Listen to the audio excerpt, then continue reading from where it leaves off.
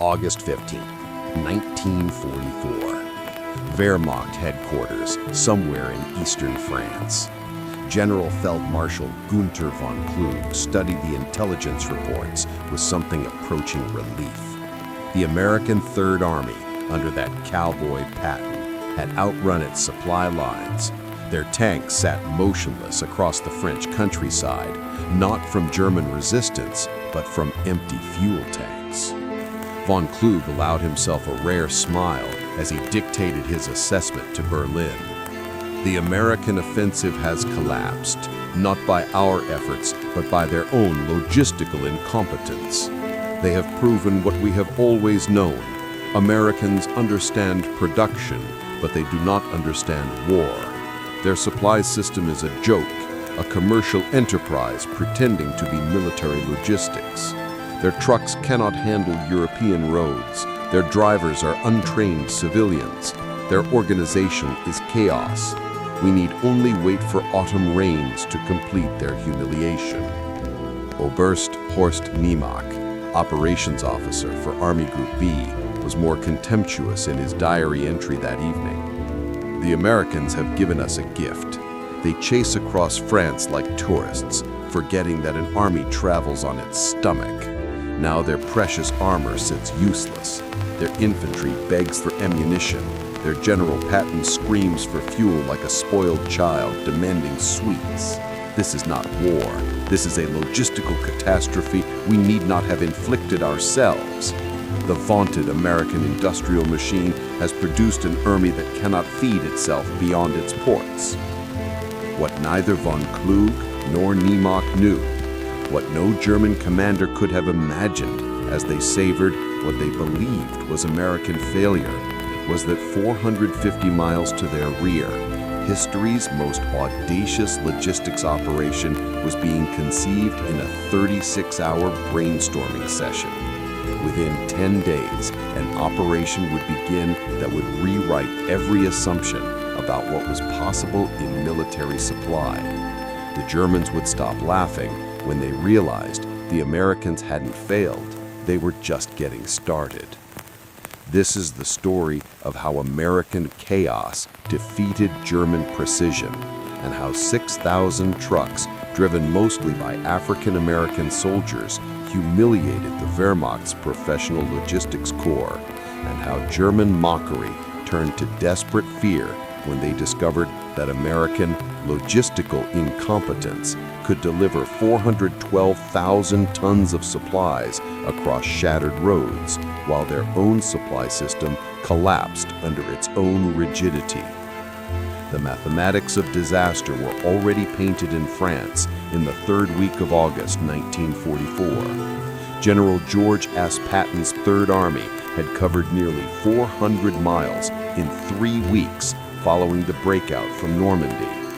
Advance elements of the 4th Armored Division sat just 75 miles from the German border. The Wehrmacht was in headlong retreat, abandoning equipment, fleeing in disorder. Victory appeared within reach. Final, crushing, immediate victory. But victory runs on gasoline, and Patton's tanks were running on fumes and fury. Third Army consumed 400,000 gallons of fuel daily during offensive operations. Lieutenant General Courtney Hodges' First Army, advancing alongside Patton, consumed another 400,000 gallons. Together, the American spearheads were burning through 800,000 gallons every 24 hours, enough fuel to power a city of 100,000 people for a week. The supply situation by August 20th was catastrophic.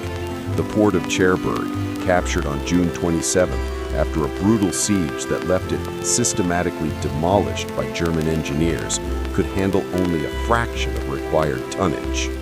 Every bridge, crane, and dock facility had been methodically destroyed. German engineers had even dumped concrete-filled ships in the harbor approaches. American engineers had performed miracles getting it operational at all, but miracles have limits. The deep water ports of Brittany, Brest, Lorient, Saint-Nazaire, remained in German hands, their garrisons ordered by Hitler to fight to the last man. Antwerp, the greatest port in Europe, was 200 miles away and would not fall until November. Even after its capture, German forces would hold its approaches for another month. The logistics planners' careful timetables, projecting supplies following the advance in orderly fashion, had become worthless paper. No plan survives contact with success. Making matters exponentially worse, the Allied transportation plan had worked too well. In the months before D-Day, American and British bombers had systematically destroyed the French railway network to prevent German reinforcements from reaching Normandy. They had cratered marshalling yards, collapsed tunnels, demolished bridges, obliterated locomotives. The bombing campaign had been devastatingly effective. German reinforcements crawled toward Normandy at a pace measured in miles per week rather than hours. But the railways couldn't distinguish between German supplies and American ones. The same rail network that couldn't move Wehrmacht panzers to the invasion beaches couldn't move American ammunition to the pursuit. Across France, perfectly serviceable supplies sat in mountainous dumps while soldiers at the front rationed their last clips of ammunition. The supreme irony of modern warfare, starving in the midst of plenty because you cannot bridge the gap between abundance and need. Colonel Fraser, 3rd Army's Deputy G4 logistics officer, stood in Patton's headquarters on August 17th, delivering news that would have gotten a Roman messenger killed. Sir, at current consumption rates and with existing supply deliveries, 3rd Army will be immobilized in 96 hours. 1st and 2nd Armored Divisions report fuel for 1 day of limited operations. Infantry divisions report ammunition stocks at 40% of required levels. Artillery is rationing shells. Medical supplies are... Patton's famous profanity-laced response cannot be fully reproduced, but its essence was clear. Find a way or find a new job. The next 36 hours would determine whether the pursuit of a beaten German army would continue or whether American forces would sit helplessly while the Wehrmacht escaped to fight behind the Siegfried Lion's concrete fortifications.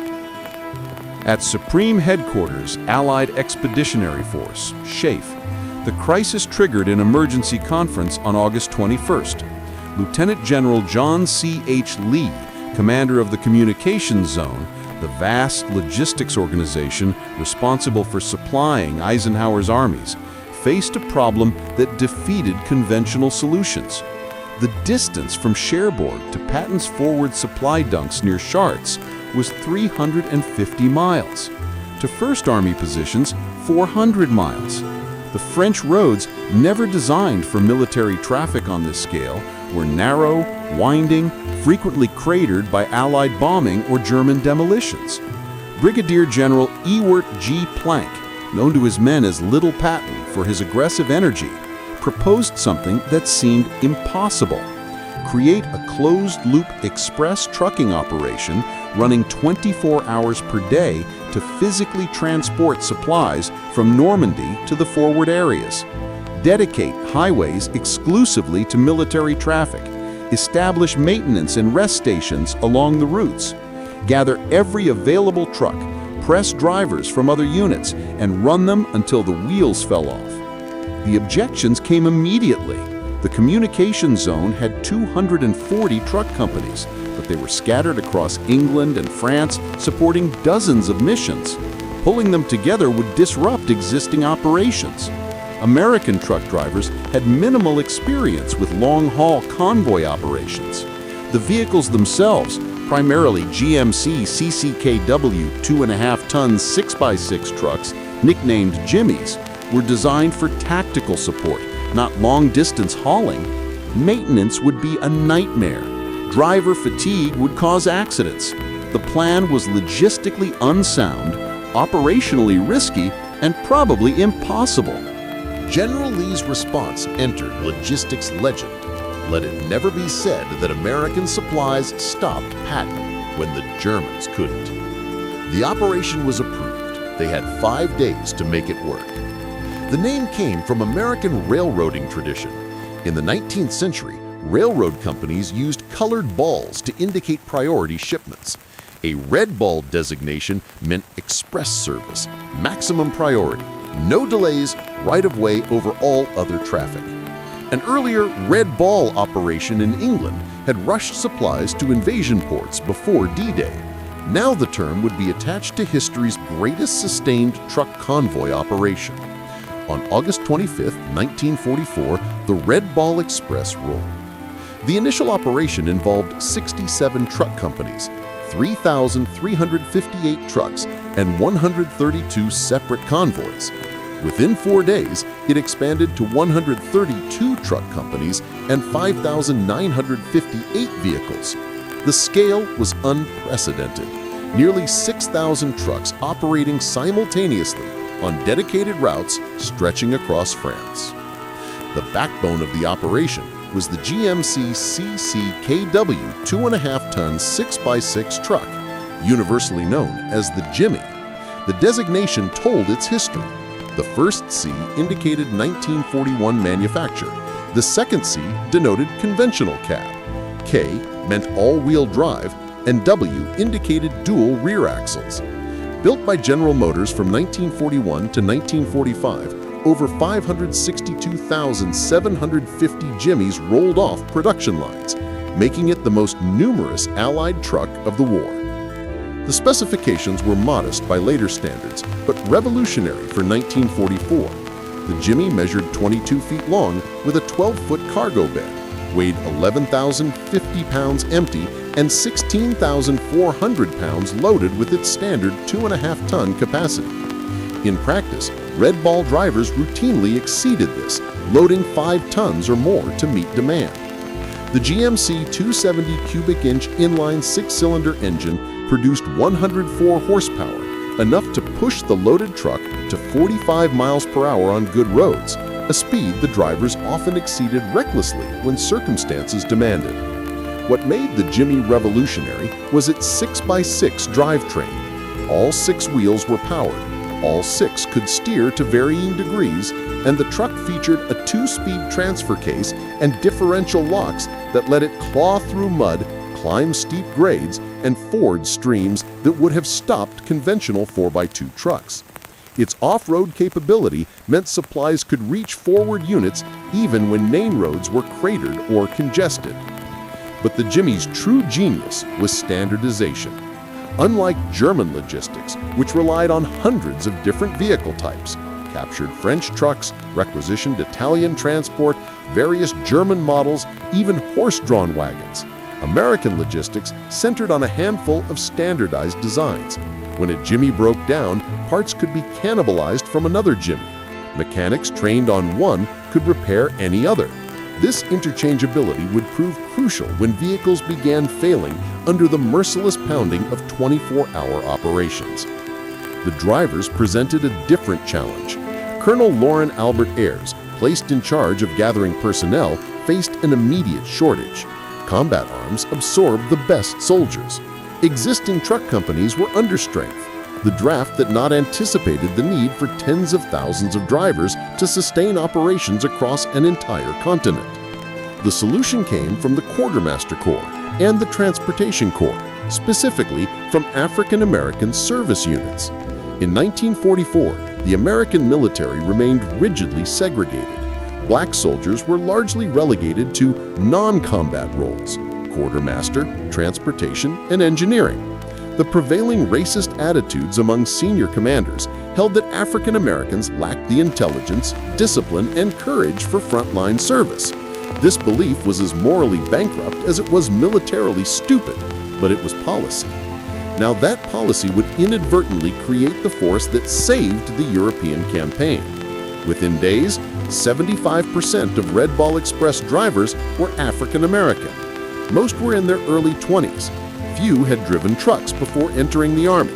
Their training was abbreviated: basic vehicle operation, elementary maintenance, map reading, and a stern lecture about the importance of their mission.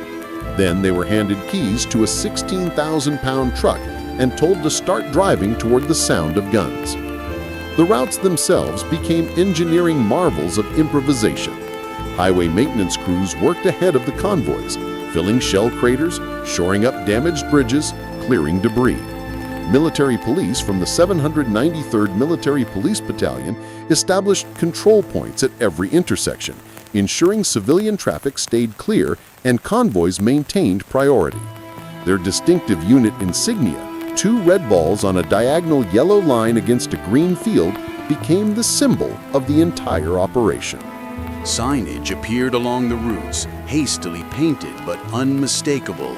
Red Ball Highway. Stay on the ball, keep 'em rolling. The roads belonged to the express. Everything else waited. French civilians, British convoys, even generals in staff cars pulled aside when the Jimmies approached.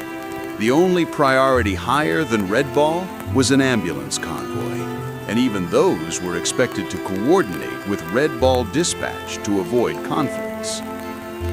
The original plan called for convoys of at least 5 trucks, escorted front and rear by jeeps, maintaining 60-yard intervals and a maximum speed of 25 miles per hour during daylight, slower at night.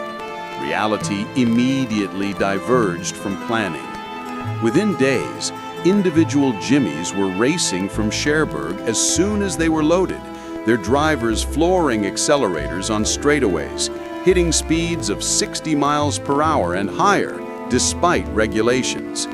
Blackout restrictions during night runs meant driving by tiny cat-eye lights that provided almost no illumination.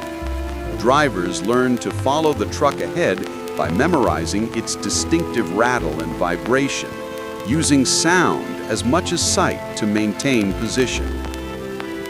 The loads were everything an army needed to function. Jerrycans full of gasoline, the precious liquid gold that powered the advance, 5-gallon metal containers, 18 to 20 per truck, totaling 400 to 500 gallons per vehicle. Ammunition boxes stacked floor to ceiling, 105mm artillery shells weighing 42 pounds each, small arms ammunition in wooden crates, hand grenades packed in sawdust, sea rations by the thousand, medical supplies, spare parts, boots, blankets, everything. The loading process at Cherbourg evolved into controlled chaos. Quartermaster units worked in shifts, 24 hours per day, breaking down supplies from ships and loading trucks as fast as they arrived. The goal was 20 minutes from arrival to departure. In practice, it usually took longer, but the system moved with frantic urgency. Drivers grabbed coffee and a quick meal while their trucks were loaded, used latrines if time permitted, checked tires and fluid levels, then hit the road again. The journey to Chartres took approximately 18 hours for the 350-mile run under normal conditions, a statement that became darkly humorous because normal conditions never existed. Rain turned dirt roads into rivers of mud. The Jimmy's 6x6 drivetrain could handle it, but progress slowed to a crawl as drivers fought for traction. Accidents blocked routes, requiring detours through fields that hadn't seen vehicles since medieval farmers plowed them. German air attacks, though increasingly rare as Luftwaffe fighter strength collapsed, occasionally strafed convoys, forcing drivers to scatter and regroup. But the worst enemy was mechanical failure. Driving a truck loaded to 150% capacity for 18 hours straight across terrible roads with minimal maintenance created a devil's equation of stressed engines, burning clutches, and exploding tires. The Red Ball consumed approximately 50,000 tires during its 83 days of operation, roughly 600 tires per day. Maintenance crews worked miracles, but some trucks simply disintegrated from the pounding.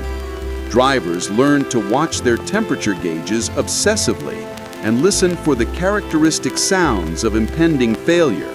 The bearing about to seize, the transmission about to grenade, the U-joint about to let go.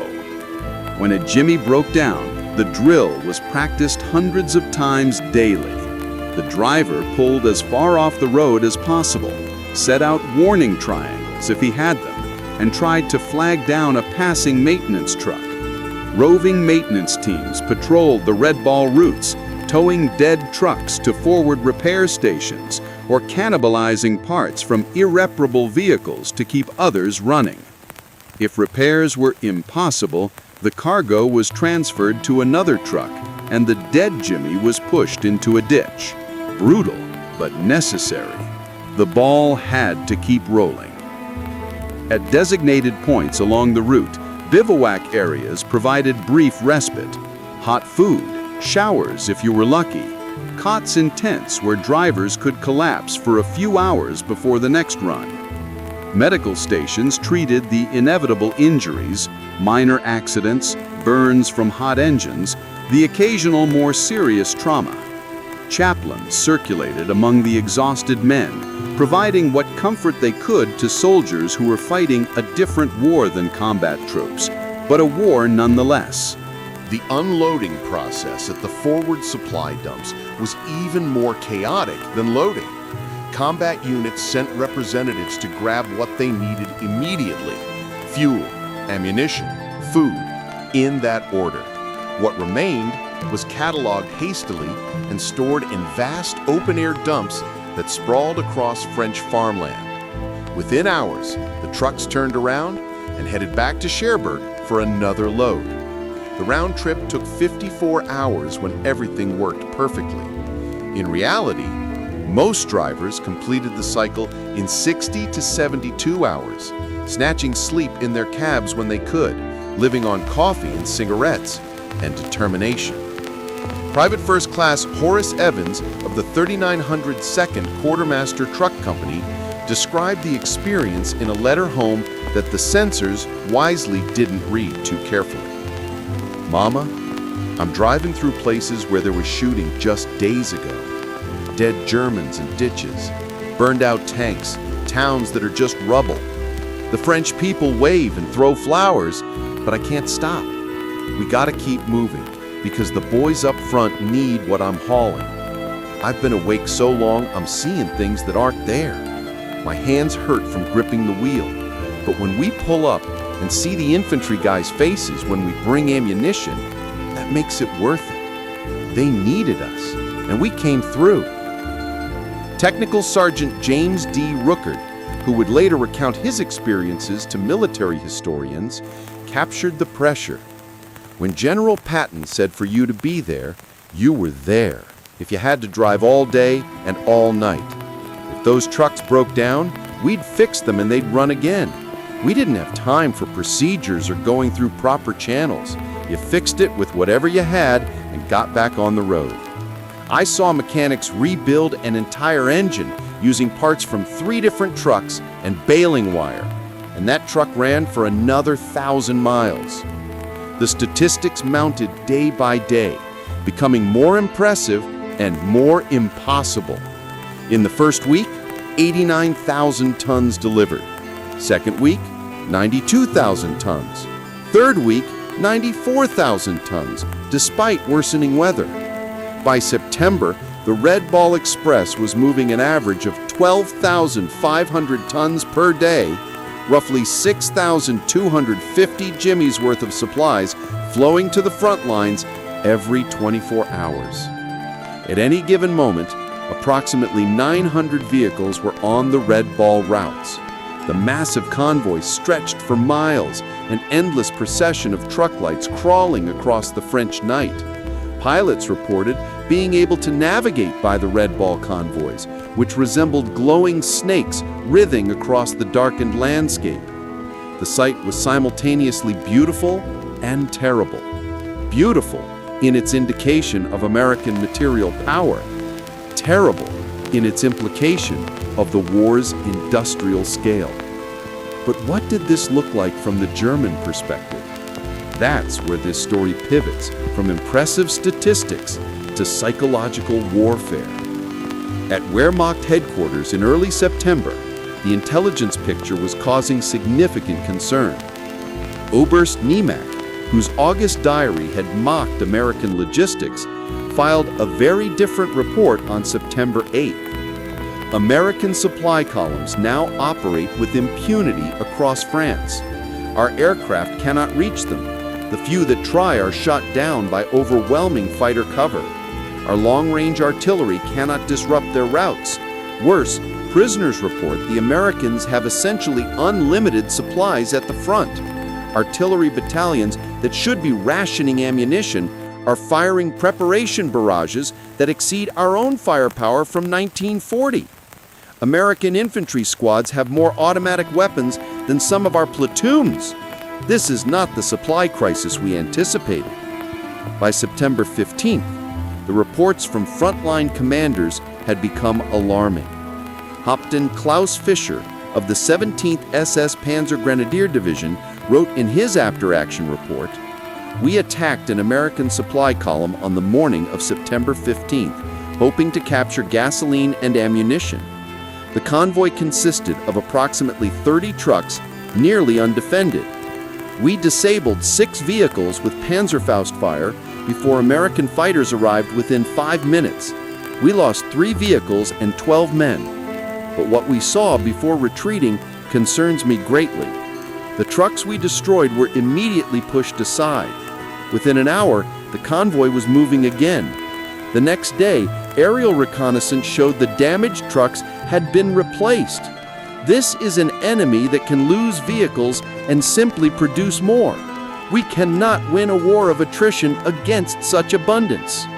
The truly devastating German realization came when they observed captured American supply dumps. Oberst Rudolf Koch, operations officer for the 2nd Panzer Division, was among the officers who visited a forward supply depot temporarily overrun during the Ardennes offensive in December 1944.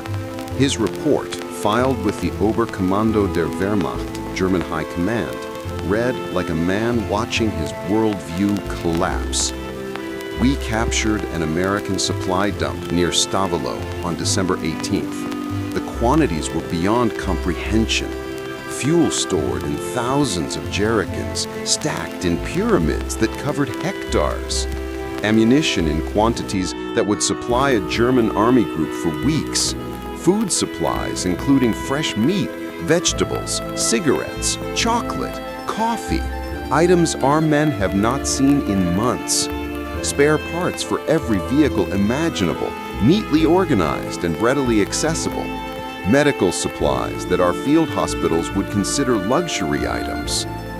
But most disturbing was the organization. Everything was cataloged, labeled, accounted for. The supply sergeants had typewritten inventories listing every item down to the last box of .30 caliber ammunition. When we questioned captured supply personnel, they indicated this was merely a forward dump, that larger installations existed further to the rear, and that this represented perhaps 2 days' worth of consumption for the American units it supplied. We attempt to capture supply dumps because our logistics are failing. The Americans can afford to lose them because they have abundance beyond our imagining. This is not a war between armies. This is a war between industrial systems, and we are fighting with 19th century capabilities against 20th century abundance. The psychological impact on German soldiers was profound and measurable. Wehrmacht morale reports from autumn 1944 show consistent themes. Soldiers who encountered American logistics came away deeply demoralized. The contrast between German scarcity and American abundance was too stark to ignore. German troops fought with obsolescent equipment, irregular rations, and the constant stress of insufficient everything. American troops had new weapons, plentiful ammunition, good food, medical care that saved lives, and the confidence that came from knowing their supply chain functioned. Private testimony captured in prisoner interrogations revealed the psychological damage. A German soldier captured in October 1944 told his interrogators, "We knew we were beaten when we saw your supply trucks, not because of your tanks or planes, but because of your trucks. We would ambush a column, destroy a dozen vehicles, and the next day there would be 24 more. We shot at them and you just built more. How do you fight an enemy that can lose and not care because they'll replace everything tomorrow?" Another captured Landsker, German enlisted man, put it more bluntly, "Your supplies beat us. Every day we had less. Every day you had more. Eventually, less beats nothing." The German High Command understood the implications better than the individual soldiers. In a September conference, General Feldmarschall Walter Model, commanding Army Group B, delivered an assessment that was brutally honest. American logistics are not just superior to ours, they operate on a different scale entirely. We calculate supply requirements and then attempt to meet them with what we have. The Americans calculate requirements and then produce sufficient supplies to exceed them. When their system fails, as it did in August, they simply create a new system from nothing in days. This is not military logistics as we understand it. This is industrial logistics applied to warfare, and we have no counter to it. Reich Minister of Armaments Albert Speer provided the economic perspective in his reports to Hitler. The American Red Ball Express represents perhaps 6,000 trucks in continuous operation. Germany's entire truck production in 1944 will total approximately 50,000 vehicles. The Americans are using more trucks in one supply operation than we can produce in a month. This ratio applies across their entire logistics system. They have more ships, more trains, more trucks, more warehouses, more of everything. They are not more efficient than us. They simply have more. But it worked. That was the only metric that mattered. The front lines received supplies. Patton's tanks kept rolling. First Army continued its advance. The pursuit of the Wehrmacht continued without pause. Perfect efficiency is worthless if it arrives too late. Imperfect sufficiency, delivered now, beats perfect delivery that never comes. The human cost of this achievement deserves recognition. The Red Ball Express operated for 83 days, from August 25th to November 16th, 1944. In that time, more than 23,000 soldiers served as drivers, mechanics, dispatchers, and support personnel. The majority were African American men who would return home to a segregated society that denied them basic civil rights even as it celebrated their contributions to victory. They drove 41 million miles in those 83 days. Think about that number, 41 million miles. That's equivalent to 1,640 circumnavigations of Earth at the equator, or 17 round trips to the moon. One American logistics operation in 3 months drove farther than most people will drive in multiple lifetimes.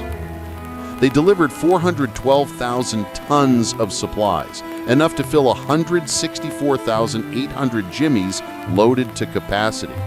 If you parked those trucks bumper to bumper, they would stretch from New York City to Los Angeles and back.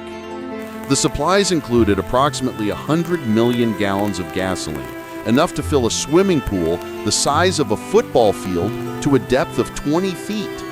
They delivered millions of artillery shells, tens of millions of small arms rounds, thousands of tons of food, medical supplies that saved countless lives, and spare parts that kept armor and vehicles functioning. The cost was measured in exhaustion, accidents, and lost trucks. The exact casualty figures were never properly compiled, a failure that speaks to the institutional racism of the era. But fragmentary records indicate at least 75 drivers were killed in accidents, dozens more seriously injured, hundreds suffered from exhaustion-related illnesses. The psychological toll of driving 18-hour shifts for weeks on end through recently contested territory, never knowing if German stragglers might open fire, was never quantified, but undoubtedly significant. The vehicles themselves suffered catastrophic attrition. Of the approximately 6,000 trucks that participated in Red Ball operations, at least 1,000 were completely destroyed, burned out, mechanically totaled, or damaged beyond repair. Another 2,000 required major overhauls before returning to service. The 50,000 tires consumed represented roughly 8 complete tire replacements per vehicle over 83 days. In civilian operations, tires might last 40 to 50,000 miles. On the Red Ball, a tire was considered fortunate if it lasted 3,000 miles. But the Red Ball Express achieved something beyond moving supplies. It demonstrated that American logistics could be improvised on a continental scale and succeed despite every theoretical objection. It proved that motivated soldiers could accomplish the impossible if the mission demanded it. It showed that American industrial capacity could be applied tactically, not just strategically. And it terrified the Germans, who realized they were fighting an enemy that could fail and simply try again with more resources until success became inevitable. The Express officially ended on November 16, 1944, when improved rail capacity and the opening of additional ports made it unnecessary.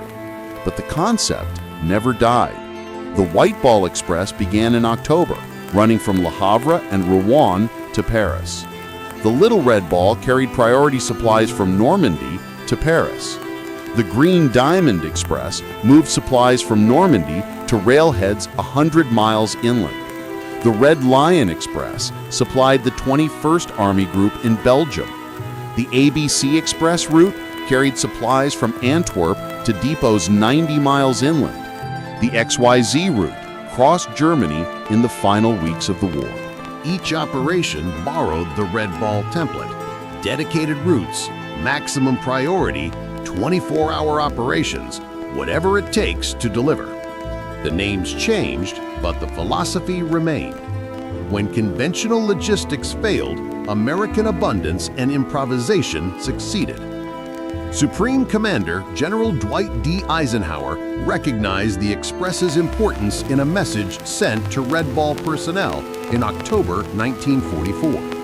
The Red Ball line is the lifeline between combat and supply. To it falls the tremendous task of getting vital supplies from ports and depots to the combat troops when and where such supplies are needed, material without which the armies might fail. To you drivers and mechanics and your officers who keep the Red Ball vehicles constantly moving, I wish to express my deep appreciation. You are doing an excellent job. Coming from Eisenhower, who understood logistics as well as any commander in history, this was not diplomatic courtesy, it was accurate assessment. Without the Red Ball Express, the pursuit across France stops in late August. Patton's Third Army sits motionless. First Army's advance halts. The Wehrmacht gets time to reconstitute, time to prepare defensive positions, time to rush reinforcements. The war in Europe extends into 1946, perhaps longer. Casualties mount on both sides. The atomic bombs that ended the Pacific War might have been used in Europe instead. The Red Ball Express, this supposedly impossible improvisation crewed by soldiers the Army deemed unsuitable for combat, potentially shortened the war in Europe by 6 months to a year. How many lives did that save? How much suffering did it prevent? The calculation is impossible, but the significance is undeniable. Years after the war, in a 1985 interview, former Wehrmacht General Feldmarschall Albert Kesselring offered a perspective shaped by reflection. We Germans prided ourselves on our military professionalism, our superior training, our tactical excellence, and we were excellent. Man for man, unit for unit, we matched the Americans in skill. But they had something we could never match, an industrial base that treated war as a production problem to be solved through overwhelming resources. The Red Ball Express symbolized this perfectly. It was inefficient, wasteful by our standards, operationally unsound by classical military logistics theory. But it worked, which made all our theories irrelevant. You cannot defeat an enemy who can fail and simply apply more resources until failure becomes success. A captured German logistics officer, interrogated in December 1944, provided perhaps the most succinct summary. "You asked me to identify American weaknesses in logistics. I cannot. Their strength is not that they do things well, they often do things badly by our standards. Their strength is that they do so much that it doesn't matter if half of it fails. They can afford waste on a scale we cannot comprehend. This is their advantage, and it is insurmountable." The racial dynamics of the Red Ball Express deserve deeper examination because they illustrate both America's moral failures and its grudging steps toward progress. In 1944, the U.S. military was thoroughly segregated by official policy.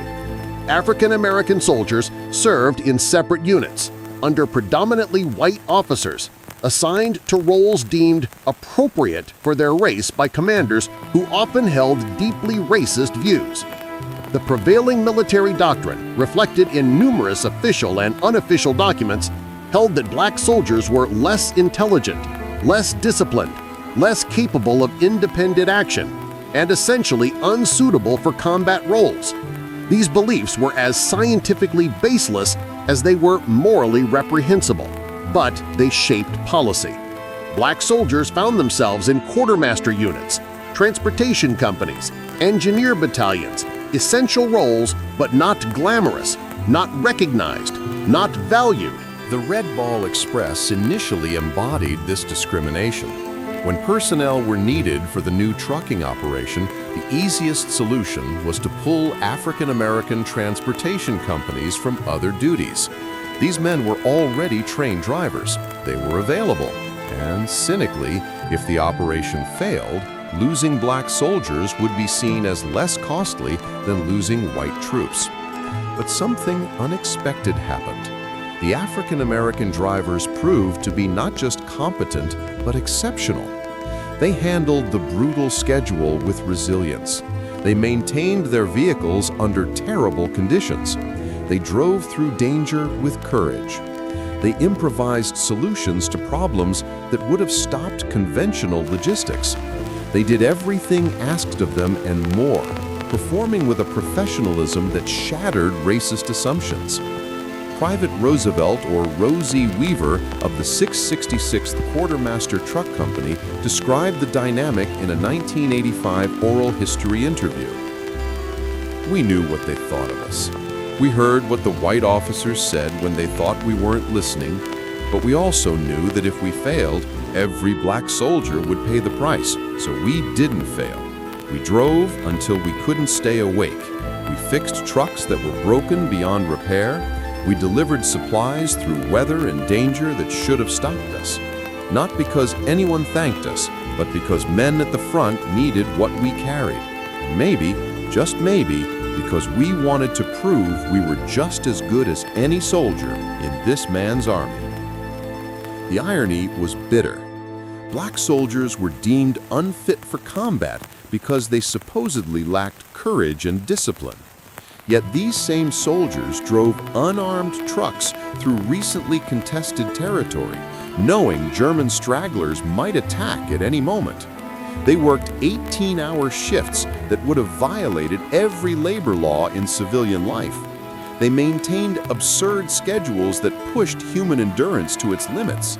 They did all this while facing discrimination, segregation, and the knowledge that they would return home to a society that denied them basic rights. Some white officers noticed. Captain George H. Ellis, commanding the 3817th Quartermaster Truck Company, wrote in his post-war memoir, "I arrived expecting to command a unit of limited capability based on everything I'd been taught about Negro soldiers. Within 2 weeks, I realized I was commanding some of the finest soldiers I'd ever served with.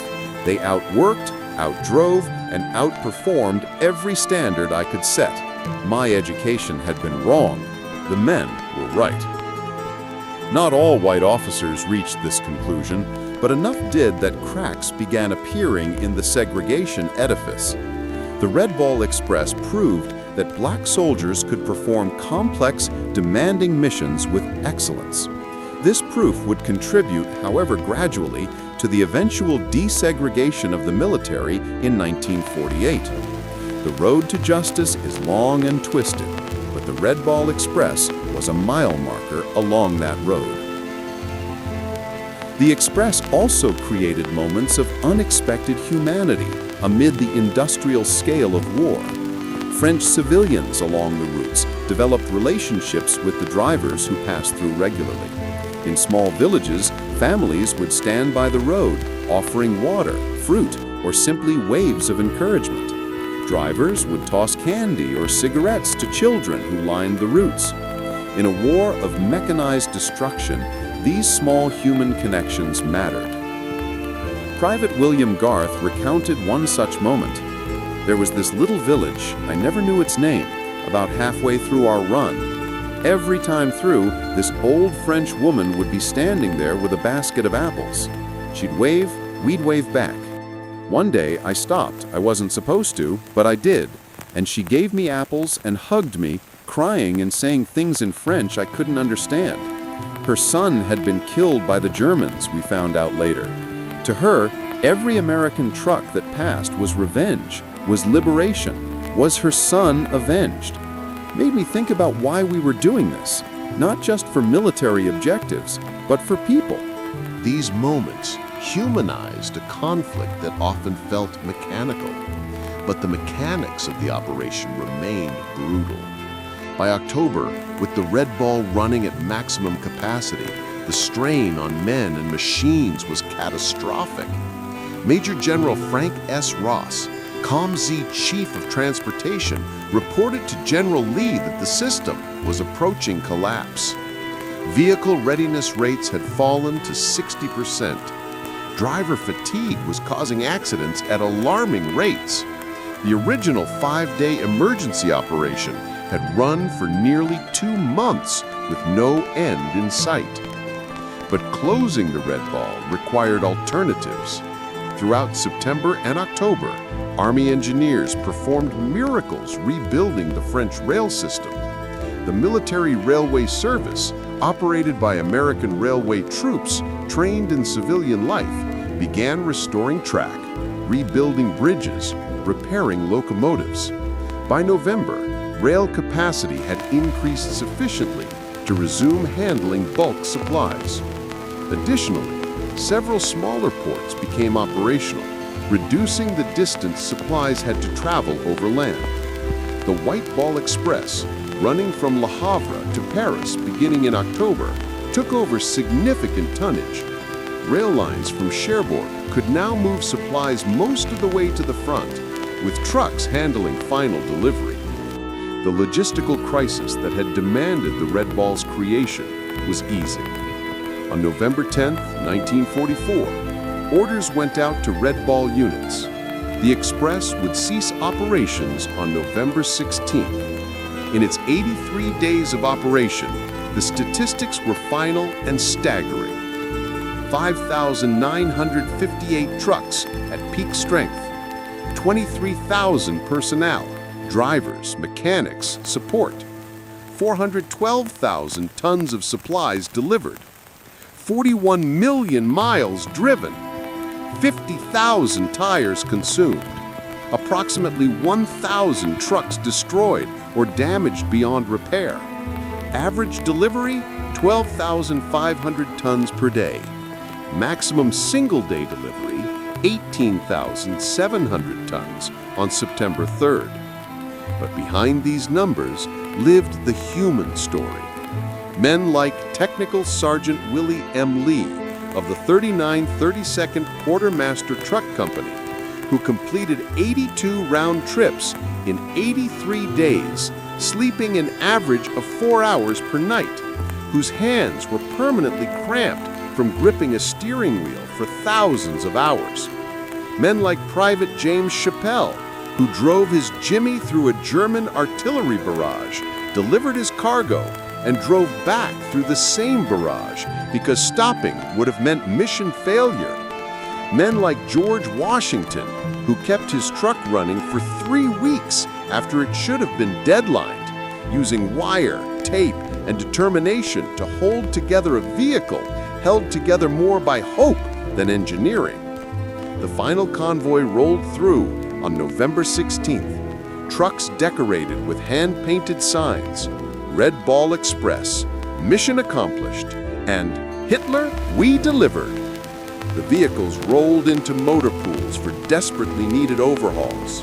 The drivers, many of whom had lost 20 or 30 pounds from stress and exhaustion, were granted passes to Paris for rest and recuperation. Few slept more than 12 hours before the old restlessness set in, the need to be moving, hauling, delivering. The Red Ball had become more than a mission. It had become an identity. German reactions to the Red Ball's cessation were telling.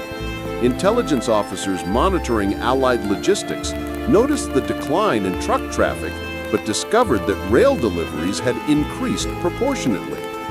One Wehrmacht logistics analysis from late November concluded the American truck operation has ended, but their supply situation has improved, not worsened. This indicates the truck convoys were a temporary expedient until more efficient methods could be established. Our hope that American logistics would collapse has proven illusory. If anything, their supply system grows stronger while ours deteriorates. This assessment was grimly accurate. By December 1944, American forces in Europe were receiving supplies than at any previous point. The quartermaster system had matured. Rail capacity exceeded requirements. Multiple ports were operational.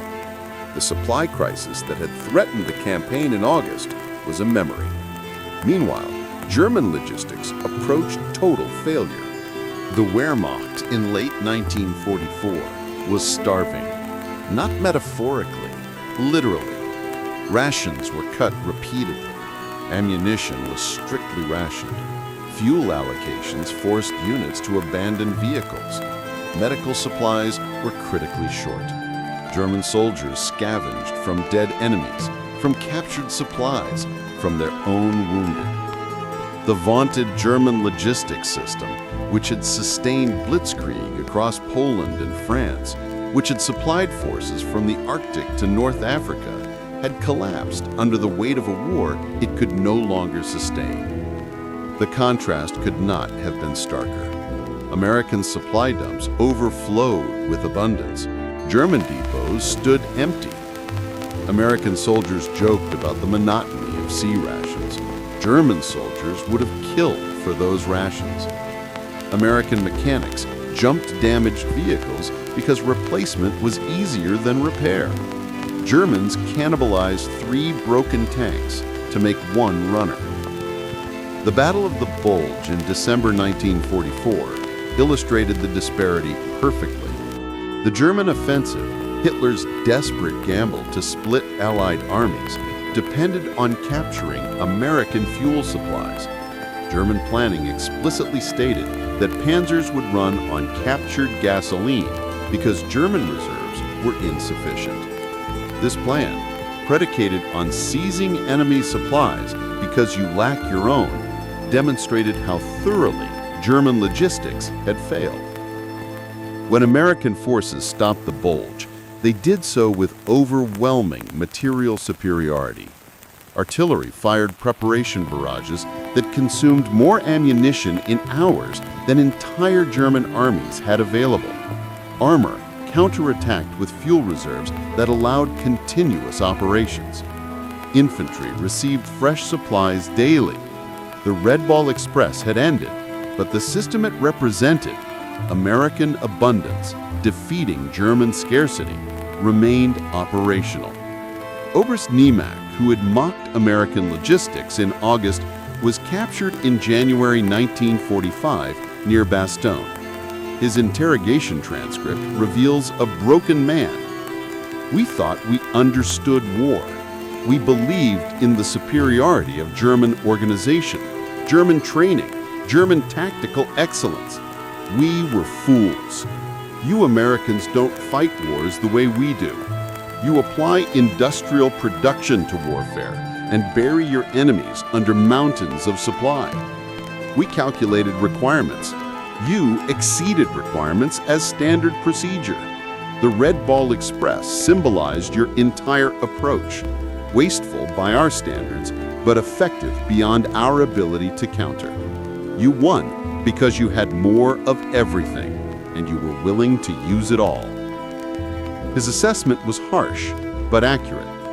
The American way of war in World War II was fundamentally about applying overwhelming material resources to achieve victory. This wasn't pretty. It wasn't elegant. It violated conventional military wisdom about efficiency and economy of force, but it worked. The Red Ball Express, inefficient and improvised and wasteful, delivered supplies that kept armies moving and enemies retreating. Post-war analysis by both American and German military scholars consistently identified logistics as the decisive factor in the European campaign's outcome. General Omar Bradley, commanding 12th Army Group, stated in his memoirs, "Amateurs talk strategy, professionals talk logistics." The Red Ball Express kept us moving when we should have stopped. That movement broke German morale, prevented them from establishing defensive lines, and shortened the war. Show me a battle won by clever tactics, and I'll show you the supply line that made those tactics possible. German General Heinz Guderian, architect of Blitzkrieg doctrine, was even more direct in his post-war writings. We lost because we ran out of everything: fuel, ammunition, spare parts, replacements. The Americans never ran out. When their supplies failed in August 1944, they improvised a truck operation that delivered more tonnage than our entire logistics system could handle. This abundance was insurmountable. You cannot defeat an enemy who treats supply as an engineering problem to be solved through application of sufficient resources. Soviet observers, studying the Western Front with great interest, drew their own conclusions. Soviet logistics operated on entirely different principles: minimal supply, maximum endurance, acceptance of massive casualties.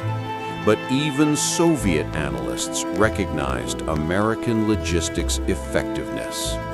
A 1945 Red Army assessment noted, "American capitalism applied to warfare produces abundance that overcomes most tactical disadvantages." The Red Ball Express demonstrated that American industry could improvise continental-scale logistics in days. This capability, if applied against Soviet forces, would present significant challenges. This observation would shape Cold War military planning on both sides. The Soviets would emphasize dispersed logistics and redundant supply lines to counter American air power. The Americans would lean heavily on logistics as a force multiplier, understanding that abundance was as much a weapon as tanks or aircraft. The Red Ball Express directly influenced post-war logistics doctrine. The U.S. military studied the operation extensively, drawing lessons about improvisation, the value of dedicated supply routes, the importance of maintenance infrastructure, and the capabilities of determined soldiers. These lessons informed the Berlin airlift, where American logistics kept an entire city supplied against Soviet blockade. They shaped Korean War logistics, where supplies flowed to UN forces through one overcrowded port.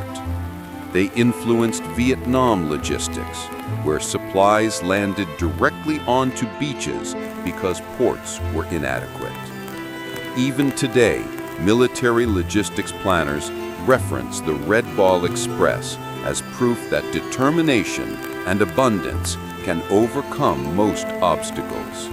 Modern military logistics, with containerization, automated inventory systems, precision delivery, is vastly more sophisticated than 1944 truck convoys. But the fundamental principle remains. Supplies must reach frontline forces regardless of obstacles, and sufficient resources applied with determination can overcome most challenges. The personnel who served in the Red Ball Express faced a bittersweet homecoming. They had achieved something remarkable, proving their capability under the most demanding circumstances. But they returned to a segregated America that denied them basic rights. They couldn't eat at certain restaurants, couldn't stay at certain hotels, faced discrimination in employment and housing. They had helped defeat fascism abroad, but faced racism at home. Many Red Ball veterans became active in the civil rights movement. Their service had proven their equality in ways that words never could. When segregationists claimed Black Americans were inferior, these men could point to their service and ask, "Inferior? We delivered the supplies that won the war. We drove through danger while you sat safe. We proved our worth on a continental scale. What exactly are we inferior at?" This question, asked by thousands of Black veterans returning from World War II, helped fuel the civil rights movement. The Red Ball Express was one thread in a larger tapestry of Black military service that undermined racist ideology. When President Harry Truman desegregated the military in 1948, the performance of units like the Red Ball Express provided evidence that segregation was morally wrong and militarily counterproductive. Technical Sergeant Charles Stevenson, who served with the 3927th Quartermaster Truck Company and later became a civil rights activist in Mississippi, connected his Red Ball service to his activism. He proved that we could do anything any soldier could do. We worked harder than most. We succeeded where they said we'd fail. That gave us confidence. When they told us to sit in the back of the bus, we remembered driving those trucks through France. When they told us we couldn't vote, we remembered delivering supplies under fire. The Red Ball taught us we were equals, and we never forgot that lesson. By the 1980s, historians began recognizing the Red Ball Express's significance. Books, documentaries, and academic studies examined the operation in detail. Veterans were invited to speak at military colleges. Reunions brought together men who had served in the convoys, allowing them to share stories and recognition that had been denied them for decades. At a 1986 reunion in Atlanta, over 300 Red Ball veterans gathered, Black and white, enlisted and officers, drivers and mechanics. General Colin Powell, then chairman of the Joint Chiefs of Staff, addressed the group. "You gentlemen accomplished something that military theory said was impossible. You kept an army supplied across a continent using improvised methods, inadequate equipment, and sheer determination. You proved that American soldiers, regardless of race, could achieve the impossible when given a mission and the trust to accomplish it. Your service honors the uniform and the nation." Coming from the highest-ranking military officer in the country, himself an African American who had faced discrimination in his own career, these words carried weight.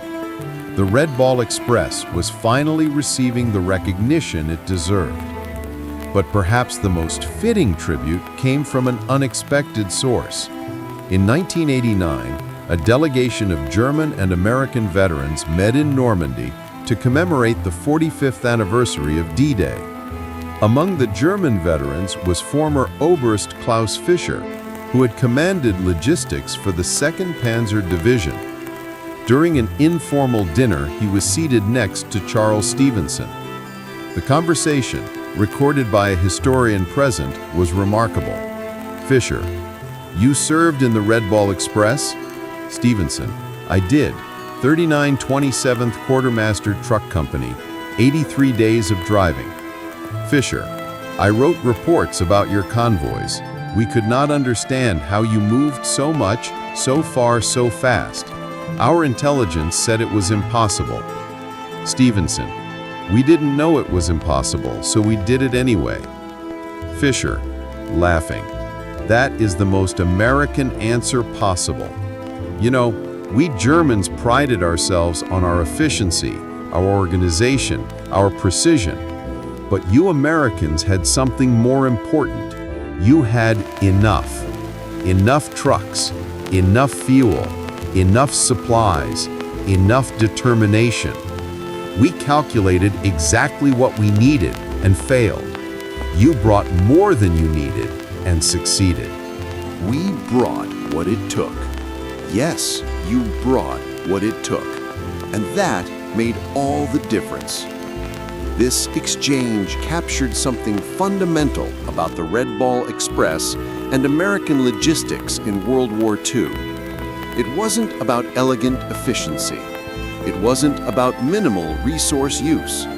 It was about applying sufficient resources with maximum determination to achieve the objective, regardless of theoretical objections or practical obstacles. The final word on the Red Ball Express perhaps belongs to General George S. Patton, whose Third Army benefited most directly from its operations.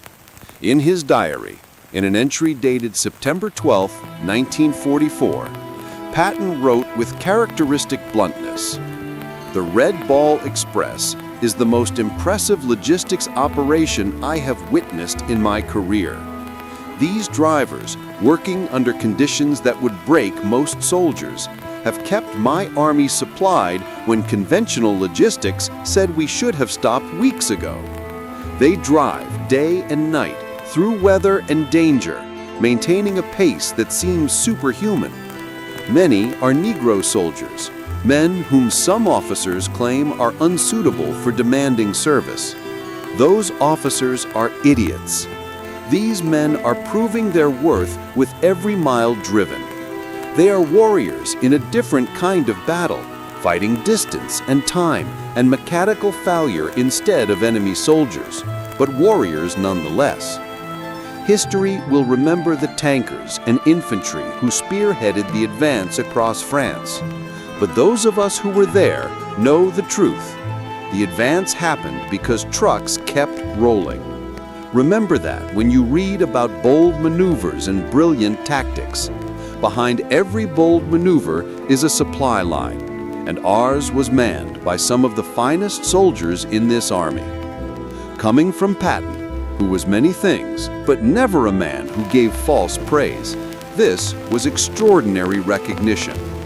The general who symbolized aggressive warfare, who valued dash and audacity above all, understood that logistics enabled everything else. The Red Ball Express operated for 83 days, roughly 12 weeks. In that brief span, it moved 412,000 tons of supplies, enough to sustain 2 field armies in continuous offensive operations. It kept the pursuit of a beaten enemy from stalling, preventing the Wehrmacht from establishing defensive positions that might have prolonged the war by months. It demonstrated that American logistics could be improvised on a continental scale and succeed, despite violating every efficiency principle. Most importantly, it proved that soldiers dismissed as inferior by a racist system could excel at demanding missions when given the opportunity. The Red Ball Express was many things: a logistics operation, a strategic achievement, an improvised solution to a crisis. But it was also a demonstration of human potential, a proof that capability is not determined by race, and a mile marker on America's long, painful journey toward justice. German generals had mocked American supply lines in August 1944, confident that logistical incompetence would stop what German arms could not. By November, those same generals were writing reports acknowledging that American logistics had proven unstoppable. The mockery had turned to recognition, then to fear, then to the grim understanding that they were fighting an enemy whose greatest weapon was not tactical brilliance or superior equipment, but the ability to deliver overwhelming resources to the right place at the right time. The laughter had died somewhere on those French roads, beneath the thunder of 6,000 truck engines running 24 hours per day. The Red Ball Express had rolled, and German assumptions about American logistics had been crushed beneath its wheels. In the end, the story of the Red Ball Express is not really about trucks or supplies or logistics systems. It's about people, mostly young, mostly black, mostly from poor backgrounds, who accomplished something extraordinary because the mission demanded it and they refused to fail. They drove through exhaustion, through danger, through discrimination, and they delivered. They proved their worth on a scale that could not be denied, and in doing so, they changed not just military logistics, but American society itself. That is the legacy of the Red Ball Express. Not just tons delivered or miles driven, but the proof that capability, determination, and excellence are human qualities, not racial ones. German generals learned that lesson the hard way. America is still learning it. But the Red Ball Express showed us the truth, and the truth, once seen, cannot be unseen. The trucks have long since been scrapped, melted down, and recycled into post-war prosperity. The roads they traveled have been paved and modernized. The men who drove them are nearly all gone now, passed into history and memory. But what they accomplished remains, a testament to what soldiers can achieve when given a mission, trusted with its execution, and determined to succeed regardless of obstacles. When German generals mocked American supply lines, they made a fundamental miscalculation. They assumed American logistics would fail because American systems were chaotic, inefficient, and wasteful by German standards. They were correct about the chaos, the inefficiency, and the waste. They were wrong about the failure. Because in war, as in life, the question is not whether you do things efficiently. The question is whether you accomplish the mission. The Red Ball Express accomplished its mission, and in doing so, it helped win a war, shatter racist assumptions, and prove that abundance combined with determination can overcome almost any obstacle. German generals stopped mocking. They started worrying. And by the time they truly understood what American logistics could accomplish, it was far too late. The thunder had already rolled across France, carrying victory in the back of 6,000 trucks, driven by soldiers the Army had once thought weren't good enough for combat. Those soldiers proved everyone wrong, and they did it 1 mile, 1 delivery, 1 impossible mission at a time, until the impossible became history and the mockery became silence. The Red Ball Express, mission accomplished.